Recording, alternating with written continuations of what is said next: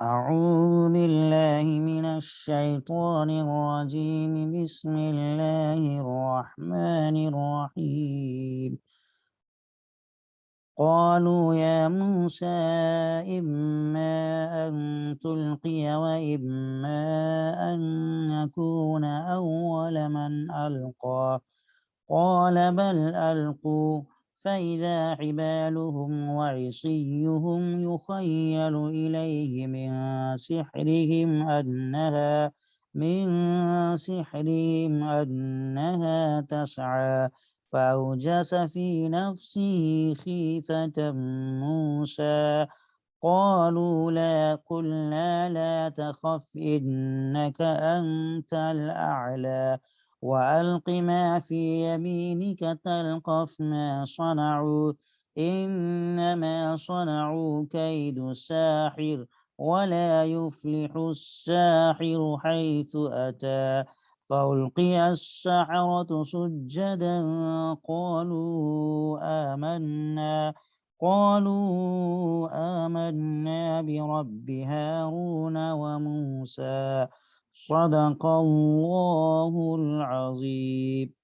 رب اشرح لي صدري ويسر لي أمري واحلل عقدة من لساني يفقه قولي. رب زدني علما رب زدني علما رب زدني علما. اللهم صل على سيدنا ومولانا وحبيبنا وشفيعنا محمد وبارك وسلم.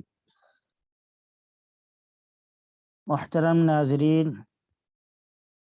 اس وقت آپ حضرات کی خدمت میں سورہ طٰہٰ کی آیت نمبر 65 سے 70 تک تلاوت کی گئی ہے۔ بات چل رہی تھی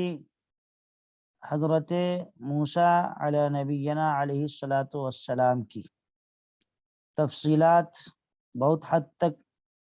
آپ کے سامنے آ چکی ہیں۔ جب فرعون نے حضرت موسیٰ کے مقابلے میں جادوگروں کی ایک بہت بڑی جماعت اور فوج کو میدان میں اتارا اور موسیٰ علیہ الصلاۃ والسلام سے جب آمنا سامنا ہوا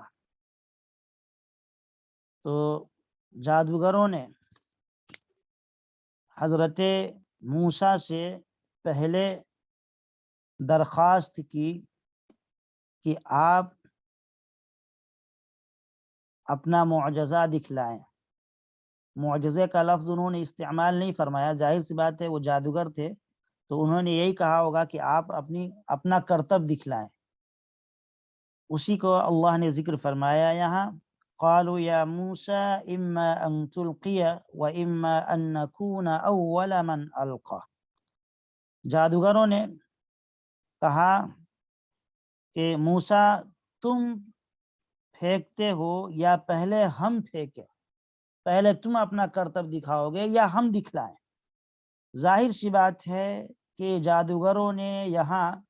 اپنی بے فکری اور بے پرواہی کا مظاہرہ کرنے کے لیے پہلے حضرت موسیٰ سے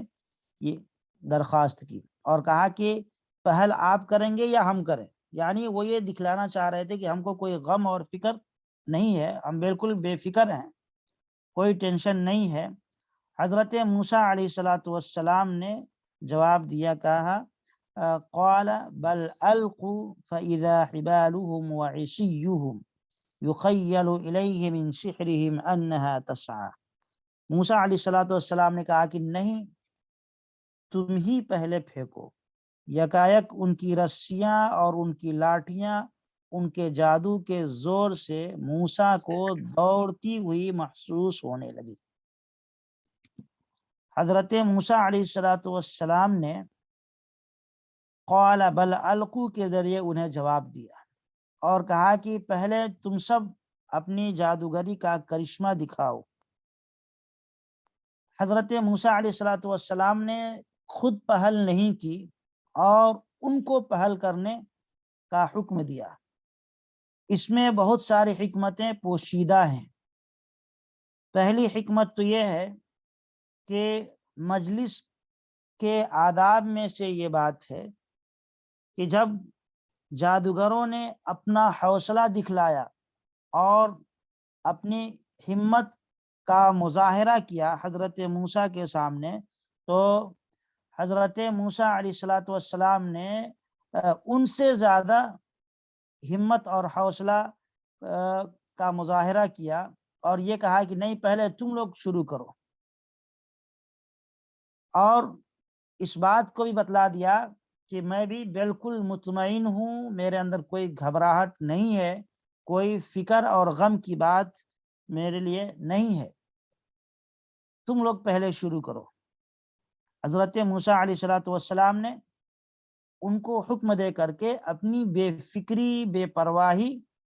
کا ثبوت دے دیا۔ حضرت موسیٰ علیہ الصلاۃ والسلام نے جو حکم دیا اس میں ایک حکمت یہ بھی تھی کہ موسیٰ علیہ الصلاۃ والسلام کے سامنے دشمن کے جتنے بھی چال ہیں اور ان کی جتنی بھی جادوگری ہے وہ سب کے سب آپ کے سامنے آ جائیں، تاکہ جب آپ جواب دیں تو جواب دینا آسان ہو۔ اسی وجہ سے حضرت موسیٰ علیہ الصلاۃ والسلام نے ان کو حکم دیا کہ پہلے تم لوگ اپنا کرتب دکھلاؤ، بعد میں دکھلاؤں گا، تاکہ جب ان کے تمام کرتب سامنے آ جائیں عوام کے، کیونکہ مجمع بڑا تھا، تو حضرت موسیٰ اپنا معجزہ دکھلائیں، اور جب معجزہ دکھلائیں تو حق ایک ہی مرتبہ سب کے سامنے واضح ہو جائے اور حق کا غلبہ ہو جائے۔ اسی لیے حضرت موسیٰ نے پہل نہیں کی یہاں اور ان کو حکم دیا پہل کرنے کا۔ بہرحال فَإِذَا حِبَالُهُمْ وَعِصِيُّهُمْ يُخَيَّلُ إِلَيْهِ مِنْ سِحْرِهِمْ أَنَّهَا تَسْعَىٰ، جب موسیٰ علیہ الصلاۃ والسلام نے حکم دیا تو ان سبوں نے اپنی رسیاں ڈال دی۔ جو جادوگر تھے اس مجمع میں وہ سب کے سب رسیاں لیے ہوئے تھے اور کچھ کے ہاتھ میں ڈنڈے بھی تھے، تو انہوں نے اپنی رسیاں اور ڈنڈے میدان میں پھینکے، جیسی پھینکے کہ اچانک یکایک ان کی رسیاں اور ان کے پھینکے ہوئے ڈنڈے اور لکڑیاں سانپ بن کر کے میدان میں دوڑنے لگے۔ قرآن نے اس کو کہا یخیل الیہ من سحرہم انہا تسعی، کہ ان کے جادو کے زور سے موسیٰ علیہ الصلاۃ والسلام کو ایسا محسوس ہوا کہ یہ سب کے سب سانپ ہیں جو دوڑ رہے ہیں۔ دیکھنے والے جو دوسرے حاضرین تھے، وہاں پہ ناظرین تھے، ان کو بھی یہی محسوس ہوا کہ یہ لاٹھیاں اور رسیاں سانپ بن کر دوڑ رہی ہیں، جبکہ حقیقتاً وہ رسیاں سانپ نہیں تھی، وہ تو رسیاں تھی۔ قرآن نے کہا یخیلو، لوگوں کے ذہن اور دماغ میں یہ بات پیدا ہو گئی کہ یہ سانپ دوڑ رہے ہیں، حالانکہ وہ حقیقت میں سانپ نہیں تھے، وہ سب کے سب رسیاں تھی۔ ان لوگوں نے اپنے جادو کے اثر سے لوگوں کے ذہن اور دماغ کو متاثر کر دیا تھا، لوگوں کے نظر کو بند کر دیا تھا، لوگوں کی نگاہ پہ بندش لگائی تھی، اور اسی بندش کا اثر تھا کہ لوگوں کو یہ سمجھ میں آ رہا تھا کہ شاید یہ سب کے سب سانپ دوڑ رہے ہیں، حالانکہ وہ حقیقتاً سانپ نہیں تھے، وہ تو رسیاں تھی۔ یخیلو، لوگوں کو یہ خیال پیدا ہو گیا۔ قرآن نے حقیقت میں سانپ کا لفظ نہیں استعمال فرمایا ہے، بلکہ یہ کہا ہے کہ لوگوں کے خیال میں یہ بات پیدا ہو گئی تھی، ان کے جادو کے اثر سے ہوئی تھی، وہ تو تھی رسیاں ہی، لیکن جادو کے اثر سے لوگوں نے، جادوگروں نے لوگوں کا ذہن اس طرح متاثر کر دیا کہ ان کو سمجھ میں آنے لگا کہ یہ سب کے سب سانپ دوڑ رہے ہیں۔ اب ظاہر سی بات ہے کہ ہزاروں کی تعداد میں جب اچانک اتنے سانپ آ جائے اور وہ دوڑنے لگے، اور وہ بھی بالکل پورا میدان سانپوں سے بھر گیا ہو، سانپ ایک دوسرے میں گھس رہے ہوں، ایک دوسرے کے اوپر سے الٹ پلٹ کر دوڑ رہے ہوں، تو ہر انسان کے لیے یہ منظر وہ دہشتناک ہو سکتا ہے، خطرناک اور ڈراؤنا ہو سکتا ہے۔ حضرت موسیٰ علیہ الصلاۃ والسلام بھی نے جب اس منظر کو دیکھا تو تھوڑی دیر کے لیے آپ بھی خوف زدہ ہو گئے۔ قرآن نے اس کو نقل کیا ہے، اس کی اگلی آیت میں فَأَوْجَسَ فِي نَفْسِهِ خِيفَةً مُوسیٰ، اور موسیٰ اپنے دل میں ڈر گیا، موسیٰ علیہ السلام کے دل میں ڈر پیدا ہوا۔ معلوم ہوتا ہے عزیزان محترم کہ ڈر اور خوف یہ ایسی چیز ہے جو ہر انسان پر طاری ہو سکتی ہے۔ موسیٰ علیہ السلام پر جو خوف اور ڈر پیدا کا اثر طاری ہوا تھا تو اس کو انہوں نے چھپائے رکھا، کسی پر ظاہر نہیں ہونے دیا کہ میں ڈر رہا ہوں یا میں ڈر گیا ہوں۔ انسان کی فطرت میں اللہ نے خوف اور ڈر کو رکھا ہے، چاہے وہ انسان نبی کیوں نہ ہو۔ موسیٰ علیہ السلام کو یہاں جو خوف محسوس ہوا، مفسرین نے لکھا ہے کہ دو وجہوں سے ہوا۔ ایک تو انسان ہونے کے ناطے بتقاضۂ بشریت ان کو خوف محسوس ہوا ان سانپوں سے، اور ایسا ہونا جیسا کہ میں نے پہلے بتا دیا کہ اس طرح کا خوف لاحق ہونا اور ڈر کا دل میں پیدا ہونا یہ نبوت کے خلاف قطعا نہیں ہے، ہر انسان کی فطرت میں اللہ نے یہ بات رکھی ہے۔ اور دوسری وجہ یہ تھی ڈرنے کی کہ موسیٰ علیہ السلام کو اپنی جان کا تو خطرہ نہیں تھا، بلکہ خطرہ اس بات کا تھا کہ اتنے بڑے مجمع کے سامنے جادوگروں نے ہمارے معجزے کے مشابہ جادوگری دکھلا دی ہے، ایک کرتب دکھلایا ہے، اور اتنی بڑی تعداد میں انہوں نے سانپ بنایا ہے اپنے جادو کے اثر سے، تو اب میں جو معجزہ دکھلاؤں گا تو لوگوں کا ذہن شک میں پڑ جائے گا کہ یہ صحیح ہیں کہ یہ صحیح ہیں۔ تو اب یہ ایک بہترین موقع تھا حق کو ظاہر کرنے کا میرے لیے، شاید یہاں حق ظاہر نہ ہو سکے اور لوگوں کا ذہن شک اور شبہ میں مبتلا ہو جائے، لوگ کنفیوژن میں پڑ جائے، اس لیے اس بات کا ڈر حضرت موسیٰ علیہ السلام کا ہوا۔ بعض علماء نے لکھا ہے کہ ان کو اپنی جان کا ڈر پیدا نہیں ہوا تھا، اپنی جان کا خطرہ محسوس نہیں ہوا تھا، بلکہ اس بات کا ڈر تھا کہ کہیں لوگ کنفیوز نہ ہو جائیں اور جو حق واضح ہونے والا ہے وہ ان پر مشتبہ نہ ہو جائے۔ الغرض اسی لیے اللہ تبارک و تعالی نے فوراً ان کو اطمینان دلایا اور کہا قلنا لا تخف انک انت الاعلی، اے موسیٰ، ہم نے کہا کہ اے موسیٰ آپ ڈریے مت، یقیناً آپ ہی غالب رہیں گے، انک انت الاعلی، یقیناً اس میدان میں کامیابی آپ ہی کو حاصل ہوگی، آپ بالکل خوف محسوس نہ کریں، خوف اور ڈر کو ختم کریں۔ اللہ تبارک و تعالی نے حضرت موسیٰ کو اطمینان دلایا اور اطمینان کے ساتھ ساتھ فتح اور غلبہ کی بشارت بھی اللہ نے آپ کو سنائی۔ اللہ تبارک و تعالی نے فوراً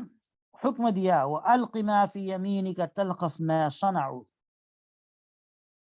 إِنَّمَا صَنَعُوا كَيْدُ سَاحِرٍ وَلَا يُفْلِحُ السَّاحِرُ حَيْثُ أَتَى، کہ اے موسیٰ جو کچھ تیرے ہاتھ میں ہے ابھی اس کو پھینک دو، ابھی ان کی ساری بناوٹی چیزوں کو نگل جائے گا، اور یہ جو کچھ بنا کر لائے ہیں یہ تو جادو کا ایک دھوکہ ہے، فریب ہے، اور جادوگر کبھی کامیاب نہیں ہو سکتا، خواہ وہ کسی بھی شان سے آئے، کسی بھی شان سے آئے جادوگر کامیاب نہیں ہو سکتا۔ اللہ تبارک و تعالی نے حضرت موسیٰ کو بذریعہ وحی خطاب کیا اور حکم دیا کہ اے موسیٰ آپ کے ہاتھ میں جو چیز ہے آپ اس کو ڈال دیجئے، پھینک دیجئے۔ مراد لاٹھی تھی، یعنی آپ کے ہاتھ میں جو لاٹھی ہے، جو عصا ہے، اس کو یہاں پھینک دیجئے زمین پر۔ اللہ تبارک و تعالی نے، آپ غور فرمائیں، یہاں عصا کا لفظ استعمال نہیں فرمایا، بلکہ کیا کہا وَأَلْقِ مَا فِي يَمِينِكَ، جو آپ کے داہنے ہاتھ میں جو چیز ہے آپ اس کو ڈال دیجئے زمین پر، پھینک دیجئے۔ وَأَلْقِ کے بعد اللہ نے جو عصا کا لفظ ہے اس کو استعمال نہیں فرمایا۔ وجہ مفسرین نے لکھی ہے کہ اس میں اشارہ اس بات کی طرف تھا کہ ان کے جادوگروں کی جادو کی کوئی حقیقت نہیں، لہذا اے موسیٰ آپ اس کی بالکل پرواہ نہ کیجئے کہ آپ کے پاس کیا ہے، آپ کے پاس طاقت ہے کہ نہیں ہے، آپ کے ہاتھ میں کیا، اس کی آپ بالکل پرواہ نہ کریں، کیونکہ ان جادوگروں کی جادو کی کوئی حقیقت نہیں ہے۔ آپ کے پاس جو ہے آپ اسی کو پھینک دیجئے، وہ ان کے سب سانپوں کو نگل جائے گا۔ اللہ رب العالمین نے چنانچہ اللہ کا حکم پاتے ہی حضرت موسیٰ نے جب اپنی عصا پھینکی تو ایسے ہی ہوا، آپ کی جو لاٹھی تھی وہ ایک بڑا سا اژدہا بن کر ان تمام جادوگروں کے جادوگری کے اثر سے جو سانپ بن کر پورے میدان پر چھائے ہوئے تھے، ایک ایک کر کے ان کے سارے سانپوں کو نگل گیا۔ اب معاملہ یہاں بالکل الٹا ہو گیا۔ فرعون نے اب جادوگروں کی ایک جمعیت اور ایک فوج اکٹھا کی تھی حضرت موسیٰ کے مقابلے کے لیے، لیکن ظاہر سی بات ہے کہ اب فرعون کے جو جادوگر تھے وہ یہاں شکست کھا رہے تھے۔ ان کے تمام سانپوں کو حضرت موسیٰ کا جو معجزہ تھا، جو ظاہر ہوا تھا سانپ کی شکل میں، وہ ایک ایک کر کے نگلنے لگا۔ اس کے بعد اللہ تبارک و تعالی نے حق کو غالب فرمایا، اور اس شان سے غالب فرمایا، خود قرآن نے نقل کیا ہے فَأُلْقِيَ السَّحَرَةُ سُجَّدًا قَالُوا آمَنَّا بِرَبِّ هَارُونَ وَمُوسَىٰ۔ آخر کو یہی ہوا کہ سارے جادوگر سجدے میں گرا دیے گئے اور پکار اٹھے کہ ہم نے مان لیا موسیٰ اور ہارون کے رب کو۔ فَأُلْقِيَ السَّحَرَةُ سُجَّدًا۔ عزیزان محترم، جب حضرت موسیٰ علیہ السلام کی عصا نے اژدہا بن کر ان کے تمام خیالی سانپوں کو نگل لیا، تو چونکہ وہ جادوگر تھے اور اپنے فن کے بڑے ماہر تھے، ان کو یقین ہو گیا کہ یہ جو کام ہے یہ جادو کے ذریعے نہیں ہو سکتا، کیونکہ وہ سمجھتے تھے کہ اس ملک کے بڑے بڑے جادوگر تو ہم ہیں اور ہمارا سکہ چلتا ہے اس ملک میں جادوگری کے فن میں، تو ہم کو کوئی ہرا نہیں سکتا۔ اس لیے انہیں یقین ہو گیا کہ یقیناً یہ جو کام موسیٰ نے کیا ہے بلا شبہ یہ معجزہ ہے، اور یہ خالص اللہ کی قدرت کا یہ کرشمہ ہے، ورنہ کوئی بھی ہمیں اس فیلڈ میں ہرا نہیں سکتا۔ اس لیے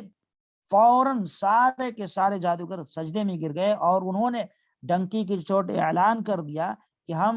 موسیٰ اور ہارون کے رب پر ایمان لاتے ہیں۔ عزیزان محترم، بعض روایات حدیث میں ہے کہ ان جادوگروں نے سجدہ سے اس وقت تک سر نہیں اٹھایا جب تک کہ ان کو جنت اور دوزخ کا مشاہدہ نہیں کرا دیا گیا اللہ کی طرف سے، اس وقت تک وہ سجدے میں گرے رہے۔ جب اللہ نے ان کی منزل دکھا دی کہ دیکھو یہ جنت ہے اور ایمان اور اطاعت کی بنیاد پر یہی تمہاری منزل ہوگی، اور دیکھو یہ جہنم ہے، کفر اور نافرمانی اور سرکشی کی وجہ سے یہ تمہارا ٹھکانہ ہوگا، جب اللہ نے یہ بات واضح کر دی تب ان جادوگروں نے سجدے سے سر کو اٹھایا۔ ان کی تعداد بھی کچھ مفسرین نے لکھی ہے، چند مفسرین نے ان کی تعداد 80,000 بتلائی ہے جو جادوگر سجدے میں گرے تھے۔ الغرض فرعون نے جس تدبیر اور جس تیاری کے ساتھ میدان میں جادوگروں کے لشکر کو اتارا تھا، اور جو جس یقین کے ساتھ وہ آیا تھا،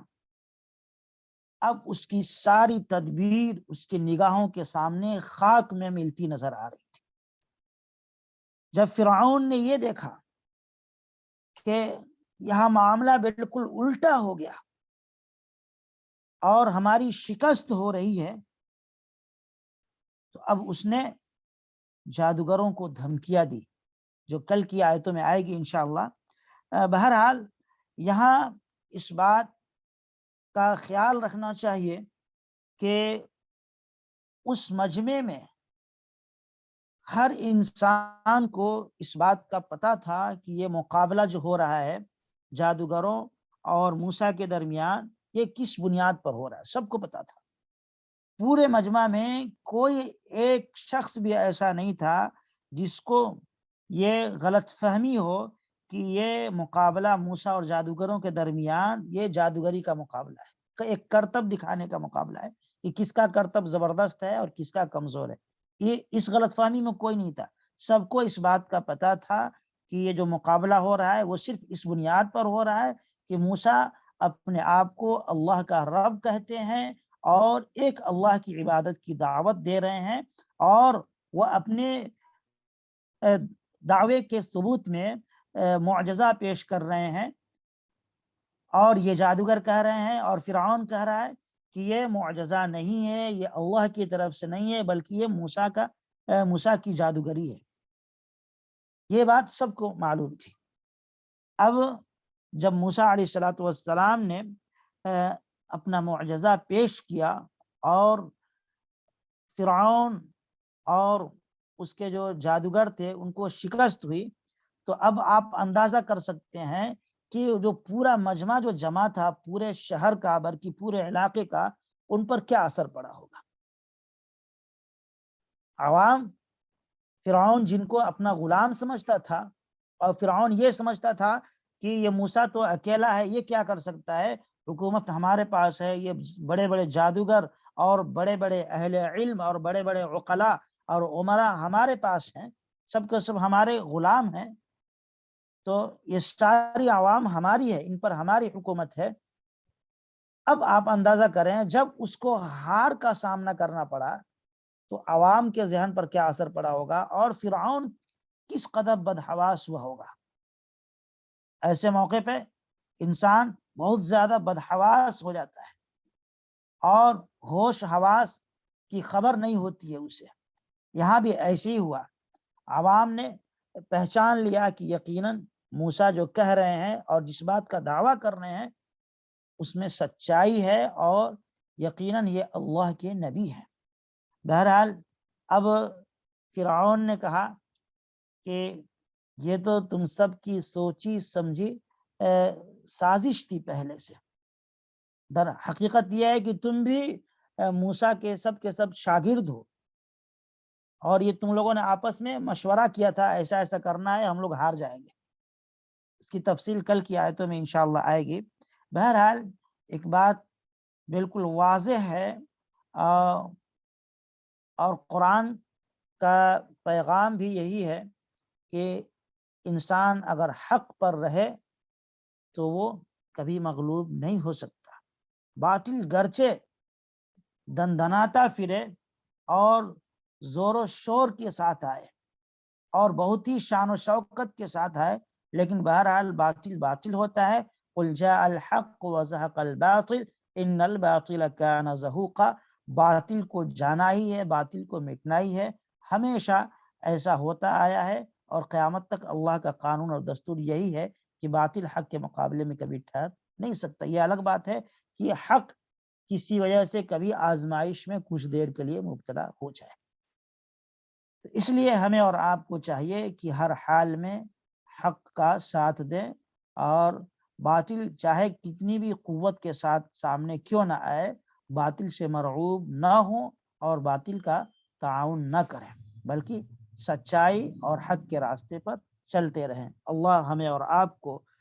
موت تک حق اور سچائی کے راستے پر چلنے کی توفیق نصیب فرمائے۔ وآخر دعوانا الحمد للہ رب العالمین.